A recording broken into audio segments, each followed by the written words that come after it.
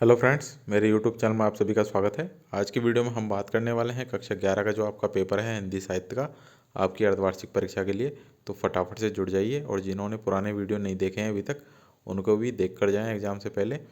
तो आइए स्टार्ट करते हैं पहले प्रश्न से। देखिए, पहला प्रश्न है जिसमें आपको अपठित पद्यांश दे रखा है जिसको पढ़कर प्रश्नों के उत्तर देने हैं।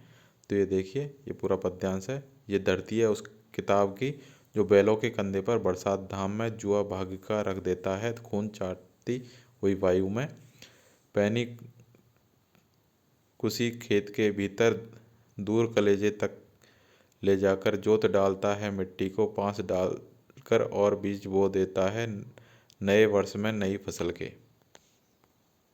तो इस तरीके से पूरा आपको देख लेना है।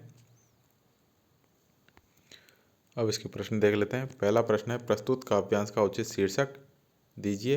दूसरा है, कवि ने धरती का असली स्वामी किसे बताया है। थर्ड है, नए वर्ष में किसान के लिए किसकी प्राप्ति होती है। और लास्ट प्रश्न है, ये धरती किस किस की नहीं है। इस प्रकार अब दूसरा नंबर का प्रश्न है जिसमें आपको गद्यांश दे रखा है अपठित। इसको पढ़कर प्रश्नों के उत्तर देने हैं। सभी प्रश्नों के उत्तर हमने लगा रखे हैं, तो बस आप गद्यांश देख लें और ये देख लें कि कैसे इनके उत्तर निकालते हैं। इसी प्रकार से आपको पद्यांश के निकालने हैं। ये पूरा आपका गद्यांश है। इसका पहला प्रश्न है, प्राचीन काल में नारी का कैसा रूप प्रचलित था। तो देखिए, नारी को लक्ष्मी, सरस्वती और दुर्गा का रूप माना जाता था। नेक्स्ट है दूसरा, परवर्ती काल में नारी का जीवन कैसा था। तो ये देखिए, परवर्ती काल में नारी का गौरव कम होने लगा और उसे भोग विलास की वस्तु माना गया। ये सेकंड नंबर का है। थर्ड है, भारत में विधर्मियों और विदेशियों के आगमन से आक्रमणों का प्रभाव नारी स्थिति पर क्या पड़ा। तो ये देखिए, भारत में विधर्मियों और विदेशियों का आक्रमण से नारी को पर्दा प्रथा, बाल विवाह, बहु विवाह, जौहर प्रथा से सती प्रथा आदि के द्वारा उत्पीड़न भोगना पड़ा। अगला है, प्रस्तुत गद्यांश का उचित शीर्षक लिखिए। तो इसमें जो सबसे ज़्यादा वर्ड आ रहा है उसको आपको हाईलाइट रखना है और उसी के ऊपर आपको शीर्षक बनाना है। अब है खंड ब। खंड ब में आपको दो पद्यांश मिलेंगे प्रश्न संख्या 3 के अंदर। दोनों में से किसी एक पद्यांश की आपको सप्रसंग व्याख्या करनी है।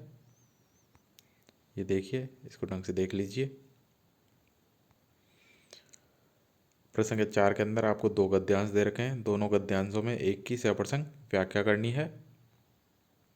ये देखिए। अब है प्रश्न संख्या 5, निम्नलिखित वस्तुनिष्ठ प्रश्नों के उत्तर दीजिए। पहला है, जब दो व्यक्ति आपस में आमने सामने संचार करते हैं तो उसे क्या कहते हैं। नेक्स्ट है दूसरा, निम्नलिखित में से जनसंचार का सबसे नया लेकिन तेजी से लोकप्रिय होने वाला माध्यम कौन सा है। नेक्स्ट है, हामिद ने ईदगाह मेले से क्या खरीदा। तो ये सभी को पता है, चिमटा। और सबसे तेजी से लोकप्रिय होने वाला इंटरनेट। नेक्स्ट है, प्रकृति के सुकुमार कवि कहलाते हैं। 5 नंबर है, हुसैन की कहानी अपनी जवानी आत्मकथा के लेखक कौन हैं। 6 नंबर प्रश्न है जिसमें आपको रिक्त स्थानों की पूर्ति करनी है। 7 नंबर प्रश्न है जिसमें आपको लघुत्तरात्मक प्रश्नों का उत्तर देना है। पहला है, दुकानदार से चिमटे की कीमत सुनकर हामिद का दिल क्यों बैठ गया। सेकंड है, गूंगे कहानी की मूल संवेदना स्पष्ट कीजिए। थर्ड है, सूरदास ने कृष्ण के अधरों की तुलना शेष से क्यों की है। 4 नंबर है, कवि देव द्वारा दरबार सवैये में किसे गए चित्रण को संक्षेप में लिखिए।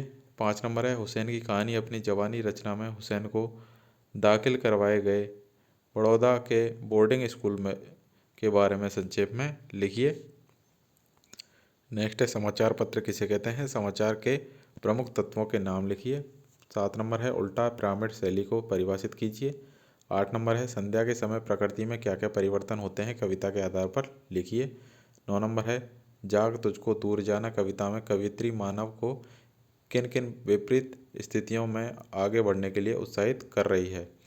10 नंबर है, कस्तूरी मृग के आने पर ही चिढ़ने का क्या कारण है। खंड से में 8 नंबर प्रश्न है, प्रतिभा छुपाए नहीं छुपती कथन के आधार पर मकबूल फ़िदा हुसैन के व्यक्तित्व पर प्रकाश डालिए। 9 नंबर है आपके विद्यालय में 14 सितंबर को मनाए गए हिंदी दिवस समारोह पर एक संक्षिप्त प्रतिवेदन लिखो। 10 नंबर है ज्योतिबा फूले का नाम समाज सुधारकों की सूची में शुमार क्यों नहीं किया गया, तर्क सहित उत्तर दीजिए। नेक्स्ट है खंड 10। प्रश्न के 11 है आपके विद्यालय में हुए स्वतंत्रता दिवस कार्यक्रम का कार्यवृत्त तैयार कीजिए। प्रश्न के 12 है ग्राम पंचायत देलवास के सचिव की ओर से जिला कलेक्टर हनुमानगढ़ को गर्मी के मौसम में पेयजल की समुचित व्यवस्था हेतु टैंकर भिजवाने के लिए कार्यालयी पत्र लिखिए। 13 नंबर प्रश्न है निम्नलिखित घटना के दृश्य का वर्णन 100 शब्दों में करें। या तो आपको करना है मतदान का दृश्य, अगर ये नहीं आता है तो आपको करना है क्रिकेट मैच का दृश्य। तो ये थे सारे महत्वपूर्ण प्रश्न जो आपके पेपर के अंदर आ सकते हैं। आई होप आपको वीडियो अच्छा लगा होगा। वीडियो अच्छा लगा है तो वीडियो को लाइक करें, शेयर करें, चैनल को सब्सक्राइब करना ना भूलें। Thank you.